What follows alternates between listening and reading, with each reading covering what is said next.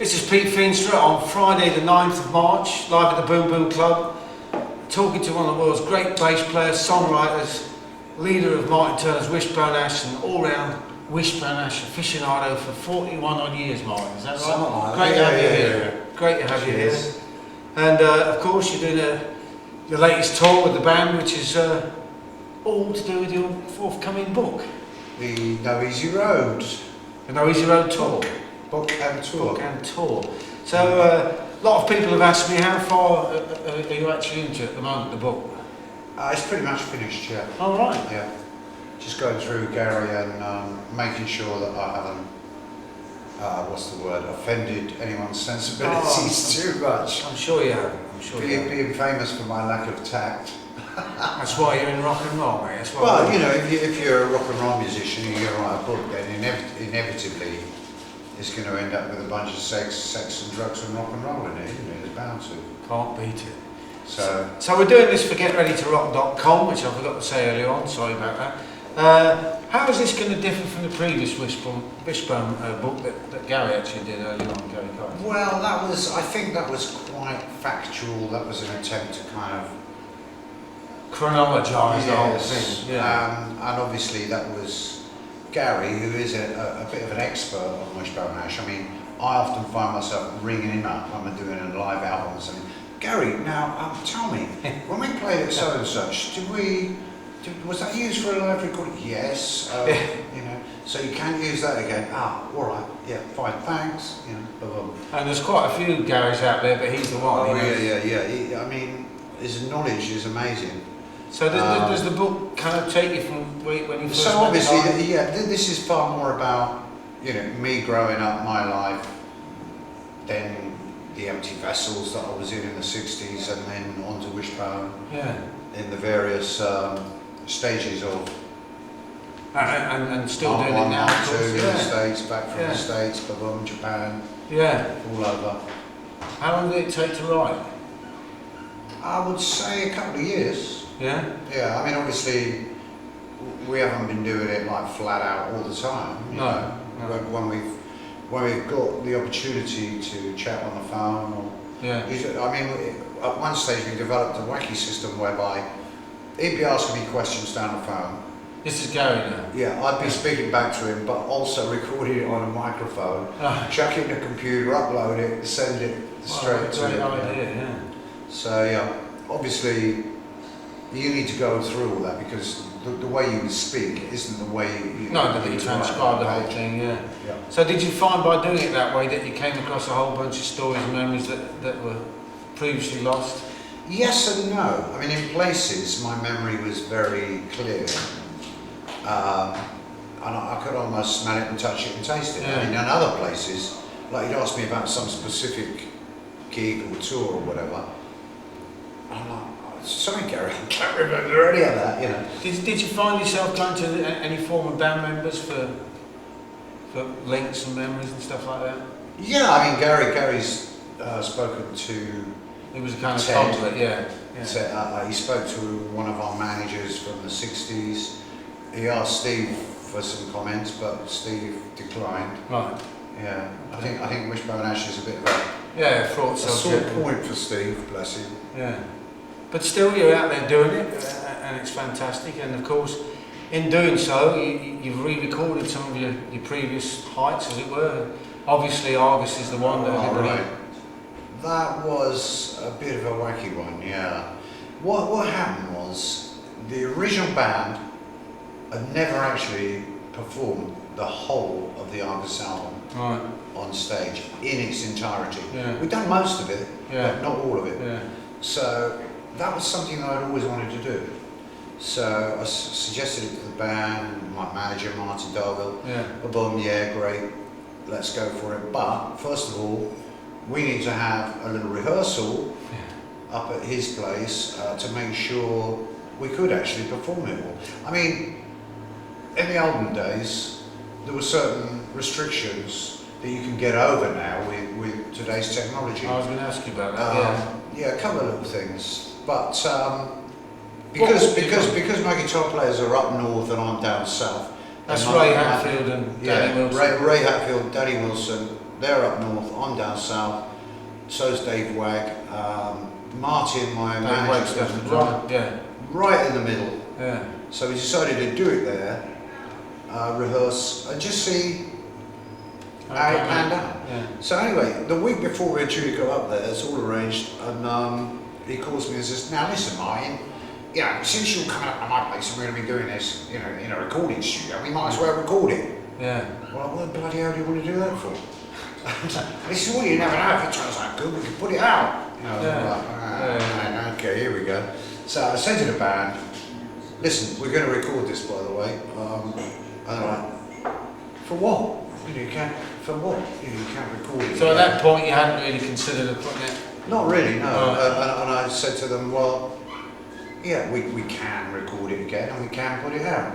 They said, "No, but you can't do that. It's a classic album." Yeah. I said, "Well, I recorded it the first time round, so in them days, what was that? 71, 72, 16 track." Yeah. You know, effects in the studio was like plate reverb, that shit a lot. Yeah. With today's technology, it could be even better. Yeah. And it has been. It took me a minute to convince them. I mean, obviously, when people are so used to hearing it, it's a difficult thing to do, because if you make it too much the same, you know, everyone's like, "Well, what was the point in that?" If you make it too different, then it's not the album So they it had know. more of an organic feel about it, coming back to it. Yeah, And certainly playing it it's live. a tricky thing to do, Yeah. I would say. And how was it playing it live? Because you did a whole year's tour behind that, of course. Brilliant, yeah. Yeah. Yeah, I think. And all right, and thinking about the current band with Ray and Danny, how did that all come about? Because they certainly fit the bill. I mean, to put it in context, I had waited for years and years, thinking the band will get back together. Yeah, it has to happen. Yeah. The band was too good to not get back together, and everyone's still alive. You know, nobody's OD'd or gone. Classic rock heritage, of course. Yeah. Do that. So it didn't happen. I mean, I think with Andy's, Andy Powell, the official Wishbone Ash, the real deal, and all that, I think he was clearly reluctant to do the 40th reunion because he didn't have total control of it. Right. And also, he makes more money playing with his own band. So it was clear that there was never going to be a reunion, and in the end I decided, well, we might as well. Now or never. I might as well just go ahead and put a band together. I'd always been a little bit reticent because I didn't honestly think that it would be easy to find guitar players that could get all them licks down. Yeah. When I actually said about it, there were bloody guitar players on every street corner, And for all those that are familiar with the Wishbone Ash material, you need a little bit of brushing up, and away you go. I mean, I've met a guy on a session, Keith Buck. Yeah. Who played with you for a while. Yeah, and I was very impressed with his playing. And then he turned around to me and said, "Well, actually, I need to thank you, Mike, because it was your band who got me playing guitar. Right. I studied Laurie Wisefield." Yeah. And I said, Not a bad teacher. Yeah. Then you're familiar with a song called Persephone? Yeah. And he said, yeah, I am. I said, "Can you play the guitar solo in that?" And he said, "Oh, that's a tricky solo." I said, "That's what I'm asking you." Yeah. So he said, "Yeah, I can play, as a matter of fact." So I said, "Right, we need to get together." So we did. Before we got together, he's calling me up, telling me he's got a drummer and he's got another guitar player. Yeah. Whoa, Keith, go gently, mate. Yeah. I'm very fussy about drummers. Yeah. But the guys who brought in, Rob Hewins on drums, and Ray on guitar, Ray Hatfield, they just, everyone took to it like a duck's water. The first time we ever got together, we counted 1, 2, 3, 4 and went into it. And we were falling around laughing because it sounded so much like the original band, they couldn't And the believe vibe it. was the same. Yeah, they couldn't believe it, and neither could I. Right. Yeah. So, having gone through all that process, then you kind of re-energised yourself, I guess. Well, I have to be honest and say there are a couple of, sticky aspects to it, like some of the songs that you wrote when you were in your 20s. Yeah. Before your testicles had completely got down to where they belong. challenging, shall we say, to sing when you're in your 50s or whatever. Night after night as well. Yeah. So my manager says to me, you should do what John Wayne does. I'm like, what's that? Just tune your guitar to E flat instead of E. I'm like, really? I haven't heard that one. But well, I knew Hendrix used to do that. I said, I wouldn't have thought that would make much difference. He said, well, suck it and see. Yeah. So I did. And it's all of a sudden, it makes a huge difference. Well, it's one of these things, if you don't go for it now, especially, you probably never will. Well, thankfully you have, so... I've spent a lot of my life really trying to kind of avoid being in the music business, but I mean, it's always been my fate. And when I'm doing it, I realise that I am a natural, I'm a gypsy, I cope with being on the road, in fact I thrive on the road. So, you can't run away from it really. I mean, I've done other things, studio and bringing up a bunch of kids, because I've got a few, more kids than a goat farm, Pete. But it's a very good system, isn't it, really? When you've made enough children, they keep you so frigging busy that you ain't got time to make any more. Yeah. And then you go back to playing bass and touring again, it's great. Anyway, so just to update everybody out there, what's the current album that you got out at the moment with the current band, I should say? I don't think we do. Right. That's simple, isn't it? Well, I think Argus Through the Looking Glass was the last one. We're due this year to start recording an acoustic album for a tour later this year, and also a new album. We have actually started that. Right. But I wasn't happy with the way we went about it. Right. Being a fussy bastard. Yeah. I've moved my studio up to my manager's place so we can record on my preferred system. Right, okay. Because it will sound good. And the material, is that new? Is it going to take you in a different direction, or is it going to revisit what you've done before, or is it going to be a bit of both? It'll be what it'll be. It's very hard for me to review it, especially before it's been recorded. Yeah. I mean, I write songs, like when I did my solo album, for instance. I mean, some people say, well, it's totally different than Wishbone Ash, but to me it's not. What was that called again? Walking the Raper Band. Yeah.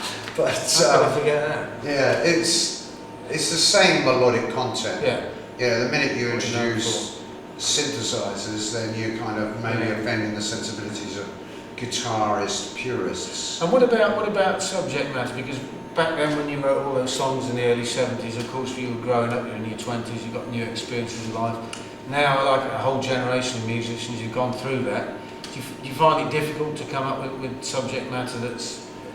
I can't really write to order. I have this strange way of kind of tuning in to the cosmos, and ideas come into me and through me, and sometimes I don't even realise what I've written. But I mean, on the Argus album, for instance, the themes there are things that I've been thinking about since I was very young, and they're big themes. I doubt that it's, however much managers and accountants and record companies want Argus 2. It's not going to happen. I think they're unlikely to get it, to be honest. Well, we look forward to the book, Martin, which should be a real good read. Plenty of anecdotes, I guess, and stuff like that. Hopefully, yeah. The full spectrum of your life, really, up to this point. Yeah. I mean, I'm pretty open, so it's not difficult to, get down to the nitty gritty with me, really. And who's publishing it? Do we know that? I haven't got a clue. Right. Gary's taking care of that. But we can look for that on your website, I guess. Which is sure. What's the website? wishboneash.co.uk. Yeah, so you can check that out. Okay, we're gonna have a great night tonight at the Boom Boom Club. It's been an absolute pleasure. Yeah. It's been Pete Feenstra talking to Mark. We're going to be rocking. On behalf of GetReadyToRock.com. We're not actually sponsored by J2O, we just like it. Thank you very much. Big hand to Alan Kim on the camera. Product placement. Good afternoon. I drink it because I love it. It lubricates the throat, mate.